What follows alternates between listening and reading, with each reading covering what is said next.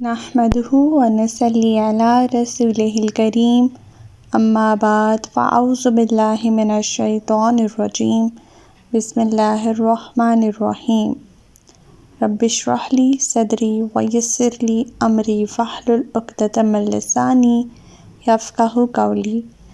السلام علیکم ورحمۃ اللہ وبرکاتہ۔ صراط مستقیم میں آپ سب کو خوش آمدید۔ پچھلے سبق میں ہم نے پڑھا تھا کہ اللہ تعالیٰ فرماتے ہیں کہ جب یوسف علیہ السلام سے تمام برادران یوسف مایوس ہو کے تو علیحدہ ہو کر مشورہ کرنے لگے۔ سب سے بڑے بھائی نے کہا کہ پتہ ہے نا کہ تم لوگوں نے اپنے باپ سے پختہ عہد لیا ہے، تم لوگ اپنے باپ سے جا کر کہو ابا جان آپ کے بیٹے نے چوری کی ہے، ہم نے وہی گواہی دی جو ہم جانتے تھے اور ہم پوشیدہ چیزوں کے نگہبان نہیں ہیں۔ آپ ان بستی والوں سے پوچھ لیجئے جہاں ہم رہے اور ان قافلے والوں سے بھی جن کے ساتھ ہم آئے ہیں، ہم یقیناً سچے ہیں۔ یعقوب علیہ السلام نے جواب دیا بات یوں نہیں ہے بلکہ تم نے ایک بات بنا کر اسے بنا سنوار کر پیش کر دیا ہے، لہٰذا اب صبر ہی بہتر ہے۔ ہو سکتا ہے کہ اللہ ان سب کو میرے پاس لے آئے، بلا شبہ وہ سب کچھ جاننے والا اور حکمت والا ہے۔ یعقوب علیہ السلام نے ان کی طرف سے منہ پھیر لیا اور کہنے لگے ہائے یوسف، اور ان کی آنکھیں غم سے بے نور ہو گئی تھیں اور وہ خود غم سے بھرے ہوئے تھے۔ یہ حالت دیکھ کر وہ کہنے لگے، یعنی برادران یوسف کہنے لگے، اللہ کی قسم آپ تو یوسف کو یاد ہی کرتے رہیں گے یہاں تک کہ آپ اپنے آپ کو غم میں گھلا دیں یا ہلاک ہو جائیں۔ ہمارا آج کا سبق آیت نمبر 86 سے لے کر آیت نمبر 90 تک ہے، تو آج کا سبق شروع کرتے ہیں۔ بسم اللہ الرحمن الرحیم۔ قال انما اشکو بثی وحزنی الی اللہ واعلم من اللہ ما لا تعلمون۔ یعقوب نے جواب دیا، میں تو اپنی پریشانی اور غم کی فریاد اللہ کے سوا کسی سے نہیں کرتا اور اللہ سے میں کچھ ایسی چیزیں جانتا ہوں جنہیں تم نہیں جانتے۔ اب باپ کے منہ سے آہ سن کر حاسد بیٹوں کو ان پر رحم نہ آیا بلکہ الٹا باپ کو ہی ملامت کرنے لگے کہ اب یوسف کے قصے کو چھوڑتے بھی نہیں ہیں، آپ اپنی غم میں اپنی جان سے بھی ہاتھ دھو بیٹھیں گے۔ اب یعقوب علیہ السلام انہیں جواب دیتے ہیں کہ میں تمہیں تو کچھ نہیں کہتا، تم نے جو کچھ کرنا چاہا کر لیا، میں تو اپنی پریشان حالی کا اللہ تعالیٰ کے سامنے ہی ذکر کرتا ہوں، اللہ تعالیٰ کے سامنے ہی پیش کرتا ہوں اور اسی پر صبر کی توفیق چاہتا ہوں کیونکہ میرا دل گواہی دیتا ہے یوسف ابھی بھی زندہ ہے جسے اللہ نے مجھ سے دور کر دیا ہے، کیونکہ سیدنا یوسف علیہ السلام کو جو خواب آیا تھا اس وجہ سے آپ کو یقین تھا کہ یقیناً یوسف زندہ ہے اور کسی نہ کسی دن ضرور ان سے ملاقات ہوگی، وہ خواب پورا ہو کر رہے گا۔ اور یہی وہ بات تھی جسے یعقوب علیہ السلام تو جانتے تھے لیکن ان کے بیٹے نہیں جانتے تھے، اور آپ اپنے بیٹوں کو یہ بات بتانا بھی نہیں چاہتے تھے کہ کہیں حسد کے مارے مزید جان بھول نہ جائیں۔ آیت نمبر 87، یا بنی اذھبوا فتحسسوا من یوسف واخیہ ولا تیأسوا من روح اللہ انہ لا ییأس من روح اللہ الا القوم الکافرون۔ اے میرے بیٹو، جاؤ اور یوسف اور اس کے بھائی کی تلاش کی سر توڑ کوشش کرو اور اللہ کی رحمت سے نا امید نہ ہونا، کیونکہ اللہ کی رحمت سے نا امید تو کافر لوگ ہی ہوا کرتے ہیں۔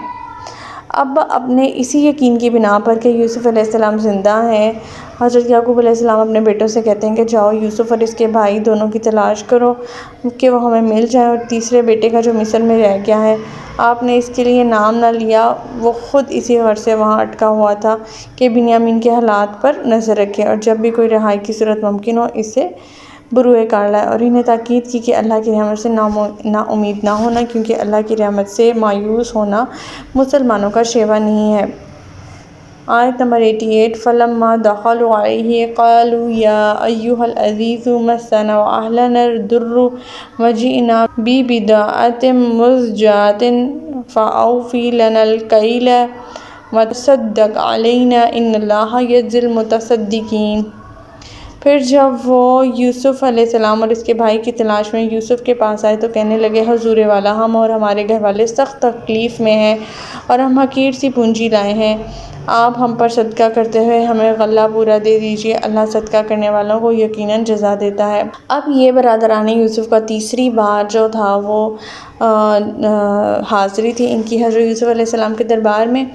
اب بھائیوں کو یوسف کے متعلق تو کچھ پتہ نہیں تھا کہ وہ کہاں ہو سکتا ہے، کس قدر اسے تلاش کیا جا سکتا ہے، کیونکہ ظن ضرور تھا کہ جس قافلے سے نے اسے کنویں سے نکالا ہے وہ مصر کو جا رہا تھا، انہیں اس بات کا یقین تھا، لہٰذا یہ امکان تھا کہ شاید وہ مصر ہی میں ہو۔ البتہ بنیامین کے متعلق یقین تھا کہ اسے شاہ مصر نے اپنے پاس رکھ لیا ہے، تیسرا بھائی بھی ادھر ہی تھا، لہٰذا انہوں نے تیسری بار بھی مصر کا رخ کیا۔ تھوڑی بہت پونجی بھی مہیا کر لی ہے، رزق 1 سالی کے زمانے میں کچھ غلہ ہی لے آئیں گے۔ اس ارادے سے وہ دوبارہ جا پہنچے حضرت یوسف علیہ السلام کے دربار میں۔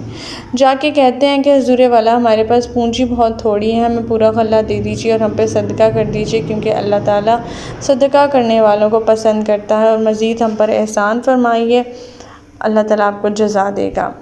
آیت نمبر 89 قَالَ هَلْ عَلِمْتُم مَّا فَعَلْتُم بِيُوسُفَ وَأَخِيهِ إِذْ أَنتُمْ جَاهِلُونَ۔